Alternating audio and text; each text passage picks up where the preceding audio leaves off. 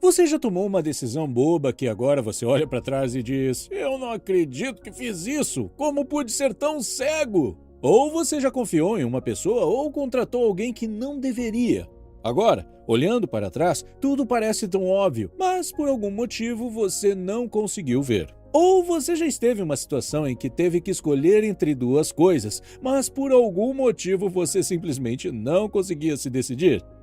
Recentemente li o livro sobre psicologia chamado A Arte de Pensar Claramente, de Rolf Dobelli, que explica como a maioria de nós faz escolhas insensatas e toma decisões erradas diariamente que acabam nos custando muita energia, tempo e dinheiro. Neste vídeo compartilharei 7 dicas do livro que ajudarão você a pensar com sabedoria. Dica número 1. Efeito Zeigarnik. Um grupo de estudantes e professores universitários visita um restaurante em Berlim. O garçom recebe pedido após pedido, inclusive alguns pedidos especiais, mas não anota nada. Contra todas as probabilidades, após um tempinho de espera, todos recebem exatamente o que pediram. Que memória impressionante esse garçom tem, eles pensam. Mais tarde, depois de saírem do restaurante, uma das alunas percebe que esqueceu seu cachecol no restaurante. Ela volta. Encontra o garçom que tinha a memória incrível e pergunta se ele viu o cachecol dela em algum lugar. Ele a encara inexpressivamente. Ele não faz ideia de quem ela é ou onde ela estava sentada. Quando ela parece um pouco ofendida, o garçom responde: "É que eu guardo todos os pedidos na memória, mas só até serem servidos." A aluna em questão é a estudante de psicologia russa Bluma Zeigarnik. Mais tarde, ela descobriu que a maioria das pessoas funciona mais ou menos como aquele garçom, e esse comportamento é chamado de efeito Zeigarnik. Sua definição é que tarefas incompletas tendem a permanecer em nossa consciência, mas assim que concluímos uma tarefa e a marcamos como finalizada em nossa lista mental, ela é apagada da nossa memória. Se você já teve que estudar para uma prova difícil e esqueceu tudo o que estudou assim que saiu da sala depois da prova, sabe exatamente o que eu estou falando. A boa notícia é que nosso cérebro é muito eficiente em esquecer todas as coisas que acredita que não vamos mais precisar. E a má notícia? Coisas inacabadas consomem grande parte de nossa energia. Então, o que você pode fazer para não ser vítima do efeito Zeigarnik? Zeigarnik provou em suas pesquisas que não é necessário concluir tarefas para apagá-las da memória. Um bom plano de ação já é suficiente, um que permita que você possa relaxar, sabendo que já cuidou de todas as suas obrigações e não vai esquecer nenhuma. Mantenha sua mente limpa, carregando um pequeno bloco de notas com você. Toda vez que você se lembrar de algo que precise fazer, anote e, se possível, escreva também como planeja lidar com aquela tarefa. Vai ser suficiente para trazer seu foco de volta para o presente. Quando tiver um dia produtivo, marque os itens da sua lista de tarefas como concluídos. Isso fará com que você sinta que um fardo foi tirado de suas costas e também vai te ajudar a se sentir energizado e melhorar sua saúde. Pare de ler e-mails se não for respondê-los. Às vezes eu faço isso também, vejo um e-mail chegando e vou logo ler. Mesmo que eu diga para mim mesmo que eu vou responder mais tarde, isso ainda fica na minha mente e desperdiça minha energia. Dica número 2. A ilusão das médias. Aqui está uma situação hipotética. Digamos que você administre um pequeno banco privado que cuida do dinheiro de pessoas muito ricas. 2 gerentes de conta, A e B, se reportam a você.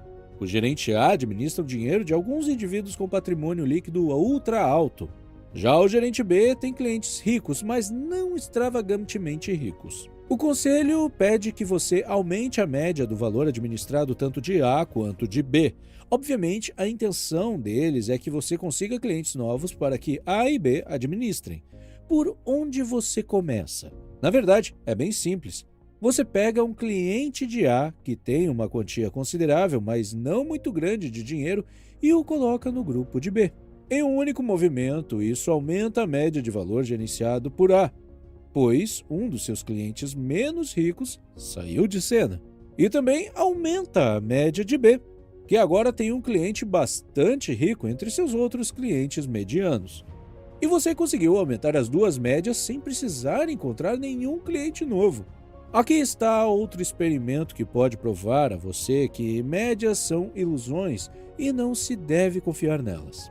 Suponha que você e seus dois melhores amigos estejam em um carro. Você ganha R$ 10.000 por mês. Um de seus amigos ganha R$ 5.000 e o outro ganha impressionantes R$ 15.000 por mês. Isso significa que o salário médio no carro é de R$ 10.000, o que não é uma média ruim. Agora vamos supor que seu amigo pare para dar uma carona a um amigo dele. E você descobre que o amigo dele é o Bill Gates. O que você me diz sobre o salário médio no carro agora? Portanto, a conclusão é: fique atento se você é um investidor ou um membro do conselho e todos os números que você obtém sobre a empresa são médias. Também não confie muito em avaliações de produto na internet. Dependendo do tamanho da amostra, médias podem não significar muita coisa. Dica número 3.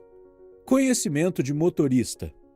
Depois que Max Planck recebeu o Prêmio Nobel de Física, ele saiu em turnê pela Alemanha dando palestras sobre mecânica quântica. Toda vez ele dava exatamente a mesma palestra, como se estivesse lendo um roteiro. Seu motorista, que o acompanhava sempre, acabou decorando a palestra inteira e então fez uma proposta para Planck. Ele disse: "Deve ser chato dizer a mesma coisa todas as vezes, professor Planck. Que tal eu dar uma palestra no seu lugar em Munique? Você pode se sentar na primeira fila e usar meu cap de motorista, só para matar o tédio." Planck gostou da ideia. Então, naquela noite, o motorista deu uma longa palestra sobre mecânica quântica para uma plateia de acadêmicos. Mas no final da palestra, um professor de física lhe fez uma pergunta bastante complexa. Incapaz de responder, o motorista encontrou uma saída interessante. Ele disse: "Nunca poderia imaginar que em uma cidade tão desenvolvida como Munique, alguém fosse fazer uma pergunta tão simples. Vou pedir ao meu motorista que responda sua questão." Esta divertida história nos ajuda a entender o conhecimento de motorista. Existe conhecimento real e existe conhecimento de motorista, ou seja, conhecimento de pessoas que não sabem muito, mas aprenderam a fingir muito bem. Talvez eles tenham uma ótima voz, sejam muito eloquentes e bonitos, mas isso não significa que eles façam alguma ideia do que estão dizendo. Muitos jornalistas e políticos se enquadram nessa categoria, mas agora com a internet e tantos influenciadores digitais surgindo aqui e ali, é mais fácil do que nunca encontrar o conhecimento de motorista, e é cada vez mais difícil conseguir distinguir entre ele e o conhecimento verdadeiro. Uma pessoa que sabe dar um bom show tende a ser preferida, mesmo que o que ela esteja dizendo não faça muito sentido. Estar ciente do conhecimento de motorista ajuda você em muitas áreas de sua vida. Na sua vida escolar, tenha cuidado com os professores que gostam mais de entreter do que de explicar. Faça suas próprias pesquisas em vez de acreditar em tudo o que eles dizem. Se você estiver contratando funcionários para sua empresa, lembre-se de testar os candidatos adequadamente para ver o quanto eles sabem e suas habilidades na área, em vez de se impressionar facilmente com palavras bonitas e lisonjeiras ou uma aparência elegante. Sua empresa precisa mais de conhecimento do que de aparências. Tente ver o que está por trás das belas palavras de todos que você considera autoridade, desde seus candidatos na política até os especialistas que você segue nas mídias sociais. E como você reconhece a diferença entre alguém que tem conhecimento real e alguém que não tem? Os verdadeiros especialistas reconhecem os limites do que sabem e do que não sabem. Se encontram fora do seu círculo de competência, ficam calados ou simplesmente dizem "não sei". Agora, você não precisa estar mal intencionado para passar conhecimento de motorista adiante. Você só precisa acreditar em algo que ouviu ou leu e sentir que deve informar outras pessoas sobre o assunto. Uma nova dieta, uma notícia, uma visão política, uma informação interessante. O que você pode fazer para não se tornar um reprodutor de conhecimento de motorista, então? Fácil! Permaneça dentro do seu círculo de competência. Seja muito claro consigo mesmo sobre o que você sabe e pode ensinar ou falar sobre, e o que você não entende o suficiente. Não tenha medo de admitir que não sabe. Depois de entender que tipo de conhecimento você tem, atenha-se a ele.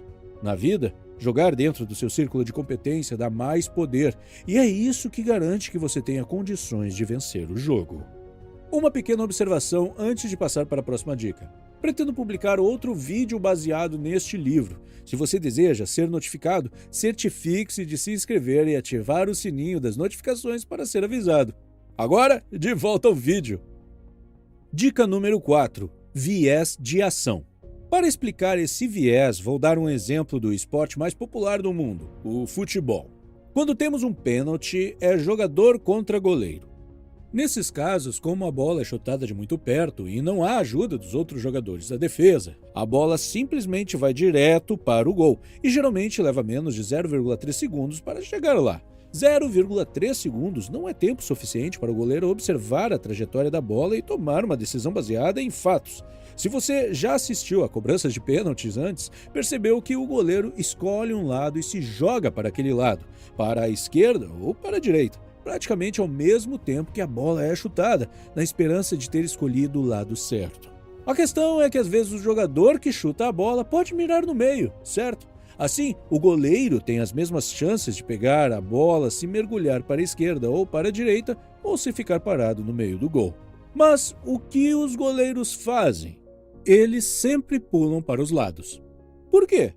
Porque parece mais impressionante se eles se moverem mesmo que para o lado errado. Pelo menos eles tentaram, certo? Este é o viés da ação. Nós preferimos parecer ativos mesmo que não tenha efeito. Também caímos nesse viés quando se trata da medicina. Suponha que você esteja doente e sua médica não tenha ideia do que está acontecendo. Você prefere que a médica intervenha imediatamente prescrevendo algum medicamento ou procedimento? Ou você prefere que ela espere até ter certeza de qual é o diagnóstico correto? A maioria dos pacientes vai pedir que a médica passe algum remédio imediatamente, mesmo que não tenha certeza de que vai ajudar. Diante da incerteza, nós humanos preferimos fazer qualquer coisa, menos se sentar e esperar. Então, o que você pode fazer para não cair nesse viés? Quando você se sentir compelido a fazer algo, resista ao desejo de agir antes de pensar claramente sobre suas ações. Por exemplo, se você acabou de receber um dinheiro extra e quer decidir entre dois tipos de investimento, mas nenhum deles lhe parece interessante, talvez seja a hora de se segurar e avaliar suas opções. Você não precisa agir imediatamente apenas para evitar a inatividade.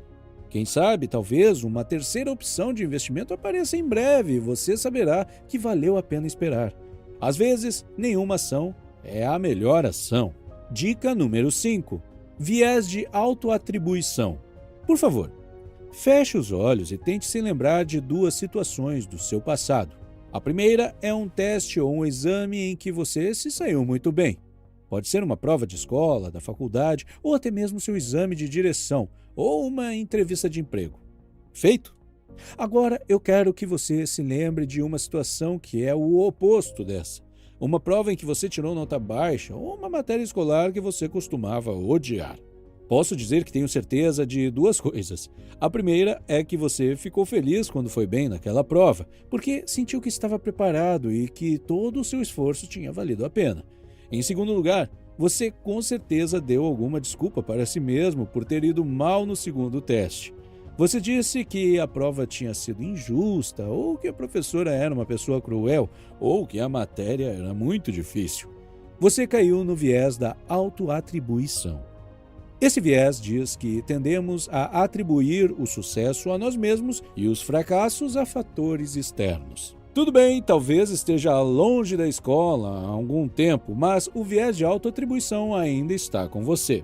Quando você tem lucro com seu investimento no mercado de ações, você fica feliz com as suas habilidades de investimento. Mas quando seu portfólio tem um desempenho inferior, é porque o mercado está péssimo agora. Se o seu casamento está bem, é porque você é um ótimo e amoroso marido ou esposa. Se não estiver tudo bem, é porque o seu parceiro ou parceira não está contribuindo com a sua parte para o relacionamento dos dois. Se você percebeu que costuma ser vítima desse viés, saiba que ele tem consequências terríveis que você nem sempre percebe. Ele impede que você assuma a responsabilidade pelos eventos negativos de sua vida. E se você não é responsável por eles, então você não está no controle de mudá-los e melhorar as coisas. Aqui estão duas dicas para ajudá-lo a evitar ser prejudicado pelo viés da autoatribuição. Valorize pessoas honestas. Sabe aquele amigo que talvez seja um pouco honesto demais? Mantenha ele por perto. Você pode precisar da opinião dele, mas tenha em mente que honesto é diferente de tóxico. Pessoas tóxicas projetarão suas próprias falhas em você. Pessoas honestas serão gentis e cuidadosas, mas ainda lhe dirão coisas que talvez você não queira ouvir. Lembre-se de que você sempre contribui com todas as situações pelas quais passa. Mesmo que seja apenas 1%, você contribuiu para o que quer que esteja acontecendo em seu casamento, sua carreira ou seus investimentos financeiros. Primeiro, admita que você tomou decisões erradas, foi muito passivo ou cometeu alguns erros. Agora, responsabilize-se para que possa aprender com as situações negativas e seus erros e se dar melhor da próxima vez. Dica número 6. A incapacidade de fechar portas. Algum tempo atrás, percebi que uma das minhas melhores amigas estava tentando conciliar 3 empregos. Ela dava aulas de yoga pela manhã, trabalhava como recepcionista de uma clínica à tarde e escrevia artigos para blogs como freelancer à noite. Um dia ela mencionou que estava pensando em conseguir um trabalho paralelo em uma academia nos fins de semana. Como é? Eu reagi. Com muito tato, tentei descobrir se ela estava com dificuldades financeiras e se havia algo que eu pudesse fazer para ajudar, porque essa era a única explicação em que eu conseguia pensar. Mas depois de conversar um pouco, o problema ficou evidente. Ela estava com medo de perder oportunidades. Ela disse: "E se eu parar com as aulas de yoga e daqui a 2 ou 3 meses descobrir que o yoga é a minha verdadeira vocação? E se eu desistir de um dos meus empregos e descobrir que sou extremamente infeliz sem ele?" Ela não estava preocupada com as contas. Ela simplesmente não suportava a ideia de ter que escolher. Por quê? Porque escolher uma coisa significava abrir mão de todas as outras. Agora, se ela nunca se decidisse, todas as opções permaneceriam em aberto. Talvez você já tenha feito a mesma coisa antes. Eu sei que eu já fiz. E não dá para negar que ter mais do que uma ou 2 opções é ótimo. O problema é que, ao não escolher, você dilui seus esforços e acaba não fazendo nada direito. Minha amiga não conseguia se dedicar adequadamente a nenhum de seus empregos, porque ela conseguia dar a cada um deles apenas uma pequena parte do seu tempo e energia. Não há opções gratuitas na vida. Cada escolha tem um preço e é um preço que eventualmente temos que pagar. Empresas que visam atender a todos os clientes acabam não atendendo a ninguém. Autores que escrevem para todos os públicos acabam não sendo lidos. Os vendedores que perseguem cada um de seus leads acabam não fechando negócios. Então, o que você pode fazer para não cair nessa? Escreva o que você não deve buscar em sua vida. Em outras palavras, seja honesto consigo mesmo sobre o que você quer, mas também sobre o que você não quer. Isso vai clarear sua mente e te ajudar a tomar a decisão certa sobre quais portas manter abertas e quais fechar. Incendeie seus navios. Incendiar seus navios significa se comprometer completamente com suas escolhas, sem deixar caminhos abertos para que você fuja dos seus objetivos. Abrir mão de algumas opções vai permitir que você se concentre nos seus objetivos e seja mais produtivo e feliz. Dica 7. Enquadramento. Considere estas 2 afirmações. A. A pia está cheia de louça. B. Eu ficaria feliz se você pudesse lavar a louça hoje, querido. Qual dessas frases você acha que tem mais chances de fazer seu filho lavar a louça? A letra B. Claro! Na vida familiar e também em outras situações, se uma mensagem for comunicada de maneiras diferentes, também será recebida de maneiras diferentes. Isso se chama enquadramento, ou framing em inglês. Aqui está um experimento que ajudará você a entender melhor. Os pesquisadores apresentaram a um grupo de pessoas 2 tipos de carne e pediram que escolhessem qual era o mais saudável. Opção A, 99% sem gordura. Ou, opção B, 1% de gordura. Você consegue adivinhar qual eles escolheram? Os entrevistados classificaram o primeiro tipo de carne, A, como a mais saudável, embora ambos fossem idênticos. Mas fica ainda mais interessante. Quando tiveram que escolher entre opção A, 98% sem gordura, e opção B, 1% de gordura. Mais uma vez, a maioria dos entrevistados escolheu a primeira opção, mesmo que ela tenha um teor de gordura maior. A forma como a frase é enquadrada é o que afetou suas escolhas. Dizer sem gordura, com um número grande, 99, 98, na frente, fazia a carne parecer mais saudável do que dizer que havia gordura na carne, mesmo que fosse pouco. Não é o que você diz, é como você diz. Então, como saber disso ajuda você a fazer escolhas melhores? Sempre tente perceber que tudo o que você comunica contém algum elemento do enquadramento. Se você escolher suas palavras com cuidado, você se comunicará melhor e alcançará seus objetivos de comunicação com mais frequência. Cada informação que você ouve, mesmo que de uma fonte confiável ou respeitável, também está sujeita a esse efeito. Portanto, tenha cuidado e analise as informações recebidas de perspectivas diferentes e até opostas antes de tomar decisões importantes. E isso é tudo por hoje. Eu resumi muitos outros livros de psicologia. Você provavelmente está vendo alguns na sua tela agora. Se estiver interessado, dê uma conferida. Obrigado por assistir!